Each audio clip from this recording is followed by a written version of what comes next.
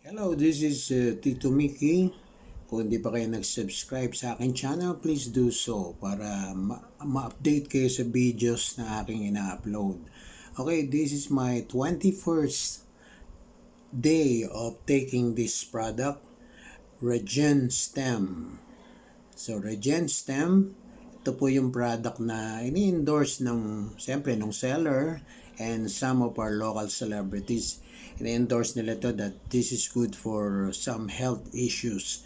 So, ngayon po, disclaimer, yung kung ano man po ang health benefits nito na mababanggit, hindi po ako may sabi.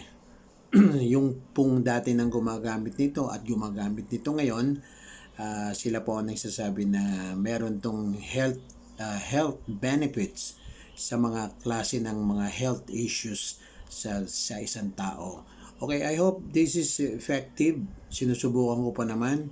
So far, wala pa tayong masasabi na talagang final na ito ay effective o hindi effective. So, I hope makatulong nga ito sa mga taong nangangailangan, lalo na sa may mga karamdaman. Okay, this is Tito Mickey again. This is my 21st day of taking this product, Regen Stem, November 21, 2024.